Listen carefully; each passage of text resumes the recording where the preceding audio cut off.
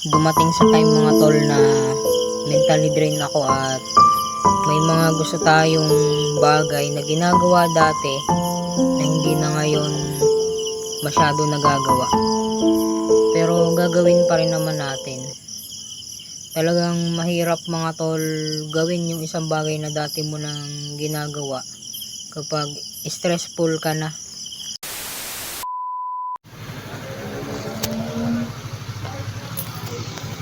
Okay mga tol, nandito ako sa bypass para mag-unwind ba, mag-relax. May dala tayong tinapay tsaka lava cake.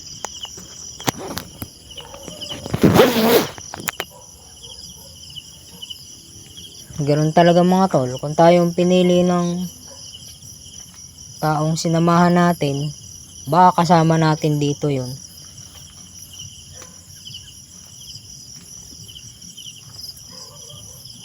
Ganda dito mga tol, oh. Tahimik.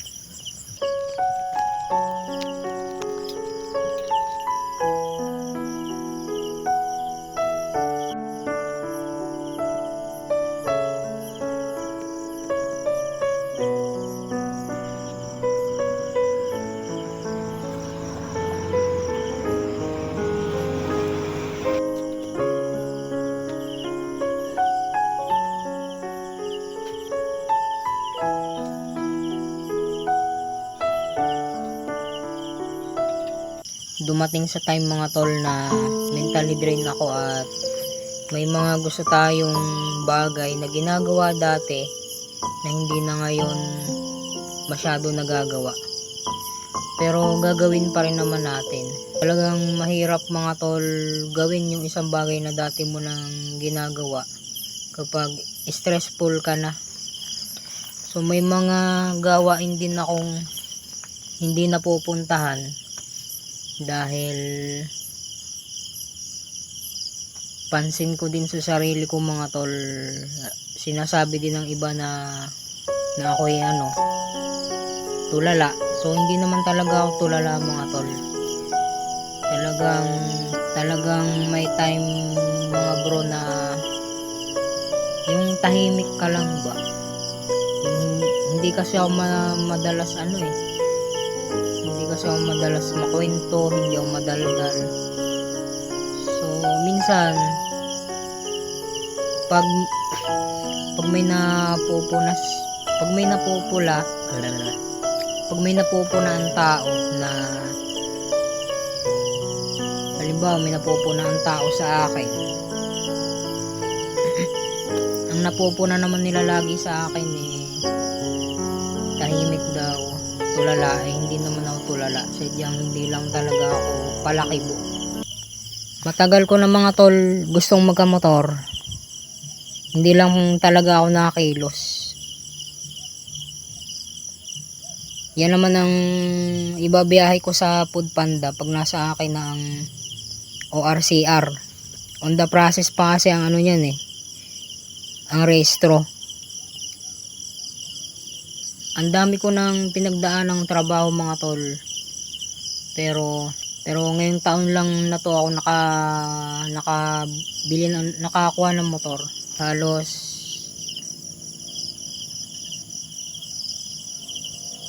Halos marami na tayo na-apply nun pero hindi tayo nabigyan. So ayun, shout out sa Skygo, salamat po dahil nabigyan nyo po ako ng motor. So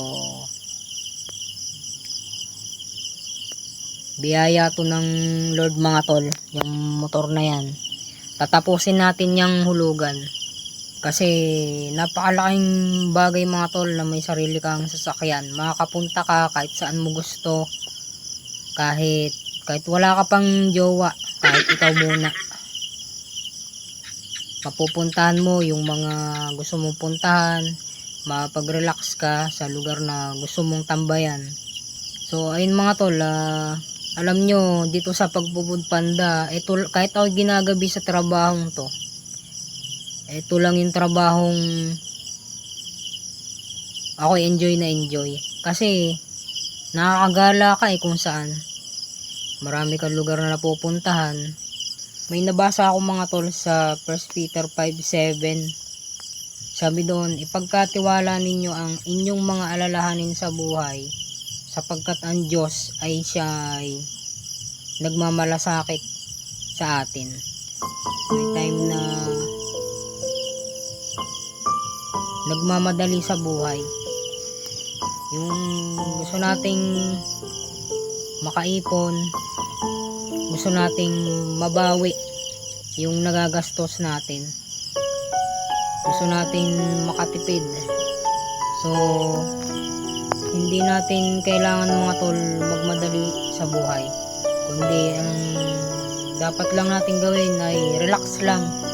Kumbaga ipagkatiwala lang natin, ibigay lang natin sa Diyos yung mga alalahanin natin sa buhay ba. At relax lang, hindi natin kailangan magmadali dahil ang Diyos lang ang may control ng ating kinabukasan.